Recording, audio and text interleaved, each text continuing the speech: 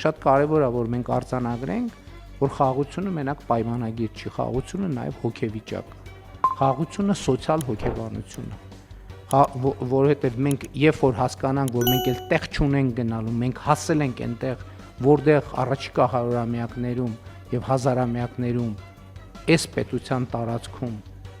մենք եւ մեր սերունդները ապրելու ենք, այ խաղաղությունը է դա։ Այսպես կառավարության նիստում վարչապետն անդրադարձավ խաղաղության քաղաքական եւ սոցիալ-հոգեբանական ընկալումներին, շեշտելով խաղաղության համար պետք է մոռանալ պանդուխտի հոգեբանությունը, այն մեզ պարտադրված մտածողություն է, հակահայկական, ապա հայկական կայսերական քաղաքականություն, երկու հիմնական միտումով, առաջինը հայ ժողովրդին պահել պանդուխտի գիտակցության մեջ եւ երկրորդը թույլ չտալ, որ Հայաստանի Հանրապետությունը որպես պետություն կայանա։ Վարչապետի խոսքով այս ամենից սոցիալ-հոգեբանական մակարդակում ազատվելու համար անհրաժեշտ է խաղաղվել, հակառակ դեպքում կկորցնենք նաև այն, ինչ այժմ ունենք։ Փաշինյանը խոսեց նաև Լեռնային Ղարաբաղից տեղահանված ընտանիքների բնակարանային ապահովման ծրագրի մասին։ Նա ընդգծեց, սա ոչ միայն սոցիալական խնդիր է լուծում, այլև քաղաքական նշանակություն ունի, ամրապնդելու պետության դիրքը ապագա ռազմավարական զարգացումների համար։ Որոշում ընդունվեց Լեռնային Ղարաբաղից տեղահանված ընտանիքներին բնակապահովման պետական աջակցության ծրագրում փոփոխություն կատարելու մասին։ Մասնավորապես որպես ընտանիքի անդամ կհաշվվեն մինչև 2026 թվականի դեկտեմբերի 31-ը ծնված երեխաները, անկախ դիմումի ժամկետից։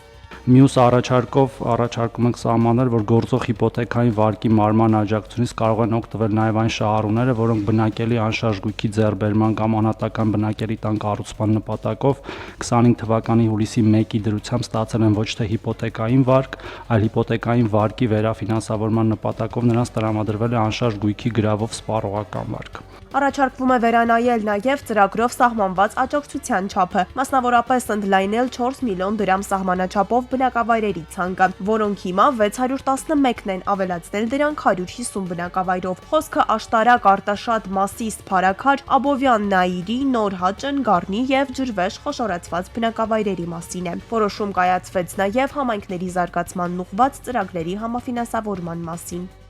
Նախագծով առաջարկում է համաֆինանսավորել 11 համայնքներից թվով 11 սուբվենցիոն ծրագրեր, որոնցից 2-ը Արագածոտնի մարզում, 1-ը Արարատի, 2-ը Արմավիրի մարզում, Գեղարքունիքի մարզում 2 ծրագիր, Սյունիքի մարզում 1 ծրագիր, Տավուշի մարզում 3 ծրագիր։ Միաժամանակ ցանկանում եմ նշել, որ այս հատկացումով արդեն 2026 թվականի պետական բյուջեից կունենանք 3 միլիարդ 57 միլիոն դրամի համաֆինանսավորած սուբվենցիոն ծրագրեր։ Նախարարի խոսքով աշխատանքները կիրականացվեն փուլերով, ընդգծելով ծրագրի համապարփակ եւ նպատակային բնույթը։ Հաստատվեց նաեւ բուսաբուծության աջակցության 2026 թվականի ծրագիրը, որով նախատեսվում է փոխհատուցել 1 հեկտարի հաշվով կատարվող հիմնական աշխատանքների ծախսերի 50%-ը։ Գյուրջյան Կասկադ 60 ամիս փուլային վճարում բազմաթիվ առավելություններ։ 2023 թվականի իրադարձություններից հետո Հայաստանի անվտանգության խորհրդում նիստ է եղել, որտեղ վերլուծվել են տեղի ունեցած մարտական գործողությունների արդյունքները։ Այս մասին ճեպազրույցի ժամանակ հայտարարել է Հայաստանի վարչապետը։ Ես շատ բան չկարողանալով բացել, ուզում եմ արձանագրել, որ կռվելու եւ այլնի մասին պնդումները մեղմ ասած չեն համապատասխանում իրականությանը, որովհետեւ մեր հետախուզության եւ ոչ միայն հետախուզության ունեցած տվյալներով արկա զենք զինամթերքի առյուծի բաժինը դա կարող է լինել 80%, կարող է լինել 90%, մնացել են ձեռք չտված, նշել է Նիկոլ Փաշինյանը։ Հայաստանի մարդու իրավունքների պաշտպանի գրասենյակը Բաքվում գտնվող հայ գերիների վիճակի վերաբերյալ մտահոգիչ դիմումներ է ստանում նրանց ընտանիքներից եւ իրավապաշտպաններից։ Լրատվամիջոցներին հայտնել է մարդու իրավունքների պաշտպան Անահիտ Մանասյանը։ Նրա խոսքով Հայաստանի ՄԻԲ գրասենյակը մշտապես տեղեկություններ է հավաքագրում հայ գերիների վիճակի վերաբերյալ։ Նա ընդգծել է, որ իրենց խնդիրը ոչ միայն ազատությունից զրկված անձանց իրավունքները պաշտպանելն է, այլ նրանց ընտանիքի անդամների իրավունքների պաշտպանությունը։ Հարցին թե արդյոք նա կապ է հաստատում ադրբեջանցի գործընկերոջ հետ, որին վերջերս հրապարակավ դիմել էր Ռուբեն Վարդանյանը, Մանասյանը պատասխանել է, թե առաջնորդվում է մի վնասիր սկզբունքով։ Տարեցների եւ երեխաների մի շարք կենտրոններ կմիավորվեն։ Որոշման նպատակն այնն է, որպեսզի վարչական կառավարման արդյունավետությունը բարձրանա, ֆինանսական ռեսուրսների օպտիմալ օգտագործում լինի, կառավարման գործընթացները պարզեցվեն։ Միացվող կազմակերպությունների ընտրությունը պայմանավորված է գործունեության ուղղվածությամբ, մատուցվող ծառայությունների բովանդակությամբ եւ գործունեության իրականացման վայրով։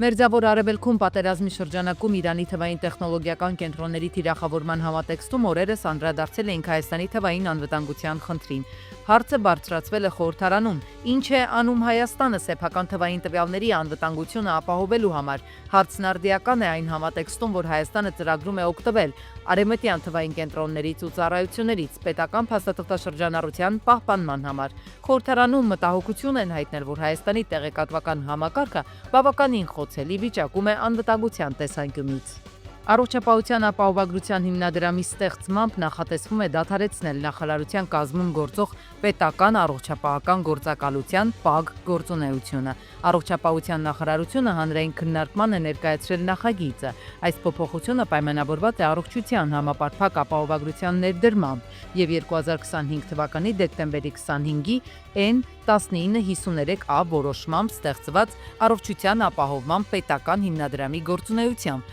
որը նպատակ ունի բարձրացնել համակարգի կառավարման եւ ֆինանսավորման արդյունավետությունը։ Առողջապահության ոլորտի փորձագետների խոսքով առաջինը անցումային շրջանի կառավարման խափանումների վտանգն է։ ՊԱԳ-ի լուծարման ու նոր հիմնադրամի ձևավորումը կարող է ժամանակավորապես խաթարել ծառայությունների կազմակերպումը, հատկապես եթե հանձնման ընդունման գործընթացը լիարժեք ու սահուն չկատարվի։ Մասնագիտական խնդիրները, որովհետև այդ մարդիկ տասնյակ տարիներ քաղցառայության ամբողջ կրթական ծրագրերն են պետության ֆինանսավորման բանցել, այսինքն պետությունը իրանց դարձրել է մասնագետներ պրոֆեսիոնալ։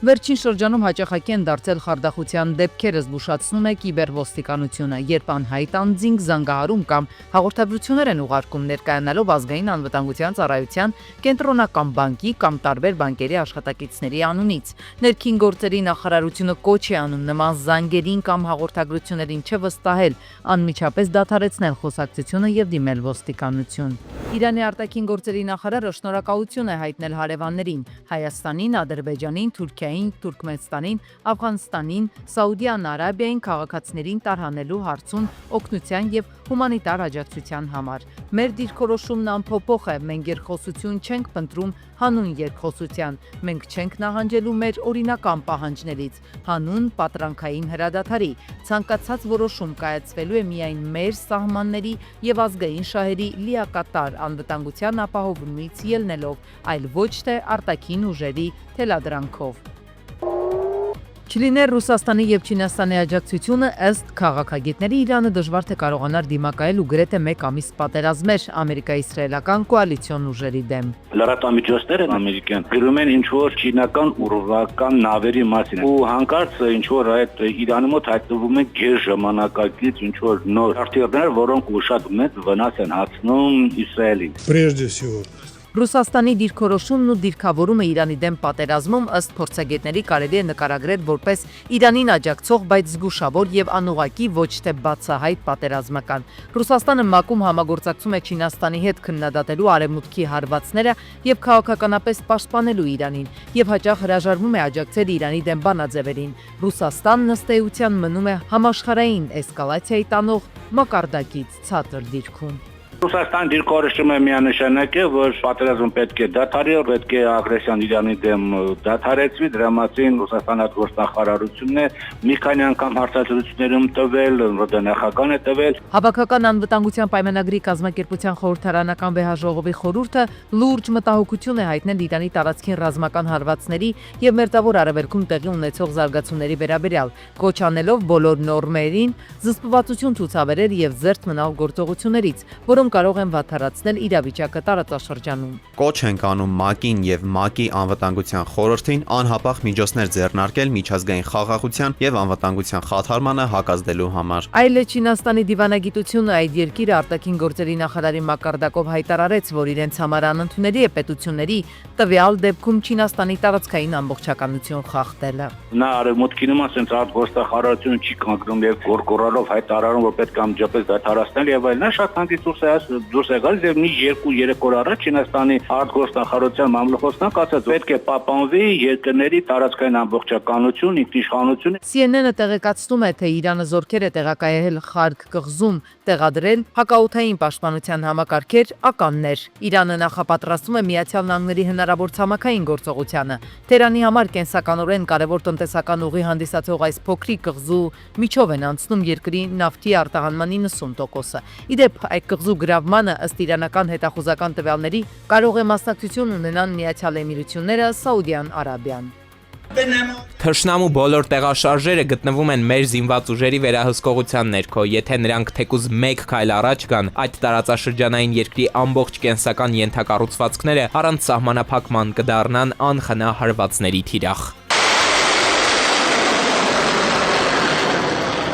Իրանը կհարվածի Սաուդյան Արաբիայի եւ Էմիրատների էներգո համակարգին եւ ջրելու խմելու համակարգին։ Կսարքի Էմիրատների տարածքը կհավասարացնի գետին։ Եվ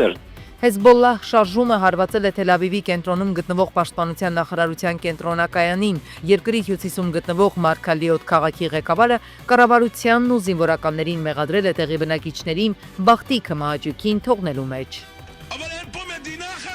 Կամ ասեք, որ չեք կարողանում գլուխ հանել այս ամենից եւ թողեք մեզ, կամ արեք այն, ինչ անհրաժեշտ է։ Դուք քանդեցիք Միզգավ ավը, ոչնչացրիք Թեշուբան, Գադերը։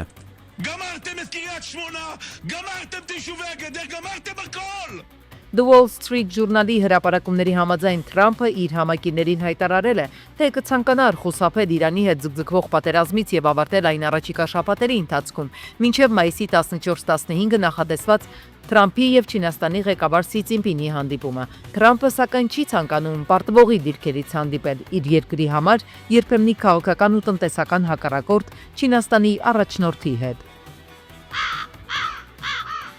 Այս օրերին հազարավոր ագրավներ են թռչում Թել Ավիվի վրայով, հայտնվում տարբեր քաղաքների փողոցներում։ Իսրայելում շատերը սարսափած են։ Պատմականորեն ագրավները խորհրդանշում են մահ ու պատերազմ։ Հայաստանը կոռուպցիայի ընկալման համար թիվ միջազգային սանդղակում նախորդ տարի զբաղեցրել էր 65-րդ տեղը, հավաքելով 46 միավոր, 1 միավոր պակաս, քան 24-ին էր։ Կառավարությունը պլանավորում էր, որ մեր ցուցանիշը 25-ին պետք է լիներ 55 միավոր սահմաններում, այսինքն հենց այս միավորներն են ցույց տալիս, թե հանրությունն ընդհանուր առմամբ եւ գործարարները մասնավորապես ինչպես են գնահատում պետության տարբեր կառույցներում կոռուպցիայի տարածման մակարդակը, կարճ ասած կոռուպցիայի դեմ պայքարի մակարդակը Հայաստանի հանրությունն անբավարար է համարում։ Խորհրդարանականները նախ հարց են բարձրացնում, ունակ է արդյոք այսօր հանձնաժողովն իրապես պայքարել կոռուպցիայի դեմ, անկախ այն բանից, թե ում է այն վերագրվում, ներկա թե նախկին պաշտոնավորներին։ Գաղտնիք չէ, որ այդ բարեվարկության հիմնական շահառուն, այդ խնդրի հիմնական շահառուն իշխող ուժն է եւ այդ ուղղությամբ դուք օրինակ ոնց եք պատկերացնում պայքարը, դուք բավարար կամք եւ վճռականություն ունեք, օրինակ Հայաստանի Հանրապետության վարչապետին, օրինակ գործ հարուցեք բարեվարկության հետ կապված կամ այլ պաշտոնյաների։ Ինչ վերաբերվում է օրինակ Հայաստանի Հանրապետության վարչապետի այլ պաշտոնատար անձանց մասով, եթե չեմ սխալվում, հանձնաժողովը նաև վարկագծի հետ կապված հարցերով ունի նաև եզրակացություններ նույն Հայաստանի Հանրապետության վարչապետի կողմից վարկագծային հարցերի շուրջ, այլ պաշտոնատար անձանց վարկագծին վերաբերող հարցերի շուրջ։ Ընդդիմադիր պատգամավորները այնուամենայնիվ բարձրաձայնում են իրենց մտահոգություններն այս առնչությամբ։ Հայաստանում կոռուպցիայի դեմ պայքարը տարվում է ընտրողաբար եւ այդ պայքարի թիրախներն ընտրվում են ըստ քաղաքական նպատակահարմարության։ Ընդդիմադիրներն օրինակ համարում են, որ որոշ համայնքապետերի նկատմամբ քրեական գործերը տարիներով մնում են առկախված, որպեսզի հետագայում դրանք դառնան լծակ, նրանց ճնշման ենթարկելու եւ ասենք ընտրական պրոցեսներում տվյալ համայնքներում ցանկալի արդյունք ստանալու համար։ Այն գործարարը, որ այդ համարձակությունը ունի քննադատելու իշխանության, հաջորդ իսկ վարքյանին հայտնվում է իշխանության թիրախում եւ սկսվում է, այսպես ասած, հարկային տերորի գործեր կարելու հայտնի մեթոդը։ Բայց այդ երկակի ստանդարտները, որ կիրառվում են, այսինքն յուրայինները հնարավորություն ունեն իրենց բիզնեսը զարգացնելու, ծաղկեցնելու, իսկ ընդդիմադիր բազմաթիվ այդպիսի օրինակներ կան։ Այսինքն ձեզ համար ինչ հենց գալիս են ընդդիմադիր ելույթներին ունենում, ստացվում է դա ինդուլգենցիա է, այսինքն մարդը կարա քրեական, հարկային եւ այլ անցագործություններ կատարի, երկու հատ ընդդիմադիր ելույթ ունենա կամ գծեր միտինգներին մասնակցի, հարկային ու մնացած պետական մարմինները իրեն ասեն լավ, դու քանի որ ընդդիմադիր ես, մենք քեզ մոտիկ չենք գալու։ Պատգամավորները նաև բարձրացրեցին բանկային համակարգի գերշահույթների հարցը։ Այստեղ գրանցված շահույթը 2025-ին 363 միլիարդ դրամ է կազմել։ Սա ահռելի թիվ է, ենթադրում է, որ բանկերը կարող են իրենց թույլ տալ իջեցնել վարկային տոկոսադրույթները։ Սա կհանգեցնի բիզնես հանրույթի էական ակտիվացմանը։ Բացի այդ, COVID-ի, պատերազմի եւ տարերային աղետների հետևանքով տոկոսագումարների վճարման հետ կապված խնդիրների պատճառով ըստ պատգամավորների այժմ կան բիզնեսմեններ, որոնք կանգնած են սեփականությունը կորցնելու վտանգի առաջ։ Հաշվի առնելով բանկերի գրանցած եւ գրանցվող շահույթը, այս մարդկանց խնդիրը եւս կարելի է շատ արագ լուծել, եթե կառավարությունը այդ հարցում շահագրգիռ լինի։ 4 ժամ տևած հրդեհաշիջման աշխատանքներից հետո մարվել է կանանց մշակույթի տանը բռնկված հրդեհը։ Նկատվող կրակի մասին ահազանգը ՆԳՆ 112 օպերատիվ կառավարման կենտրոնում ստացվել էր ժամը 19-ի սահմանում։